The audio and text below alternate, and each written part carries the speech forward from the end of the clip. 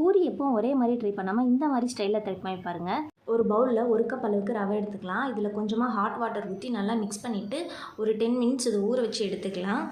இப்போ மூடி ஓப்பன் பண்ணி பார்த்தோம்னா இந்த மாதிரி நல்லா ஊறி இருக்கும். இப்போ இது கூட 1 கப் அளவுக்கு கோதுமை மாவு, 1.5 ஸ்பூன் அளவுக்கு சில்லி ஃப்ளெக்ஸ், 1 ஸ்பூன் அளவுக்கு சீரகப்பொடி, தேவையான அளவு உப்பு.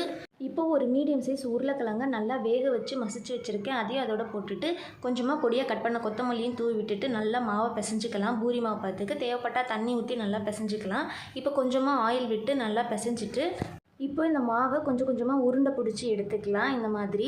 இப்போ இதை சப்பாத்தி கட்டையில் வச்சுட்டு அதில் லைட்டாக மாவு போட்டுட்டு இந்த உருண்டையை வச்சு நல்லா பூரி தேய்க்கிற மாதிரி தேய்ச்சி எடுத்துக்கலாம். இப்போ கடாய் அடுப்பில் வச்சு எண்ணெய் ஊற்றிட்டு எண்ணெய் நல்லா ஹீட் ஆனதும் அதில் இப்போ நம்ம தேய்ச்சி வச்சுருக்க பூரி மாவையும் போட்டுட்டு நல்லா 2 சைடும் கோல்டன் ப்ரௌன் ஆகிற மாதிரி எடுத்துக்கலாம். நல்லா உப்பி வரும். அவ்வளோதாங்க, ரொம்ப சிம்பிளான ராஜஸ்தான் பூரி ரெடி. ரொம்ப சாஃப்டாக இருக்கும். நீங்களும் ட்ரை பண்ணி பாருங்கள்.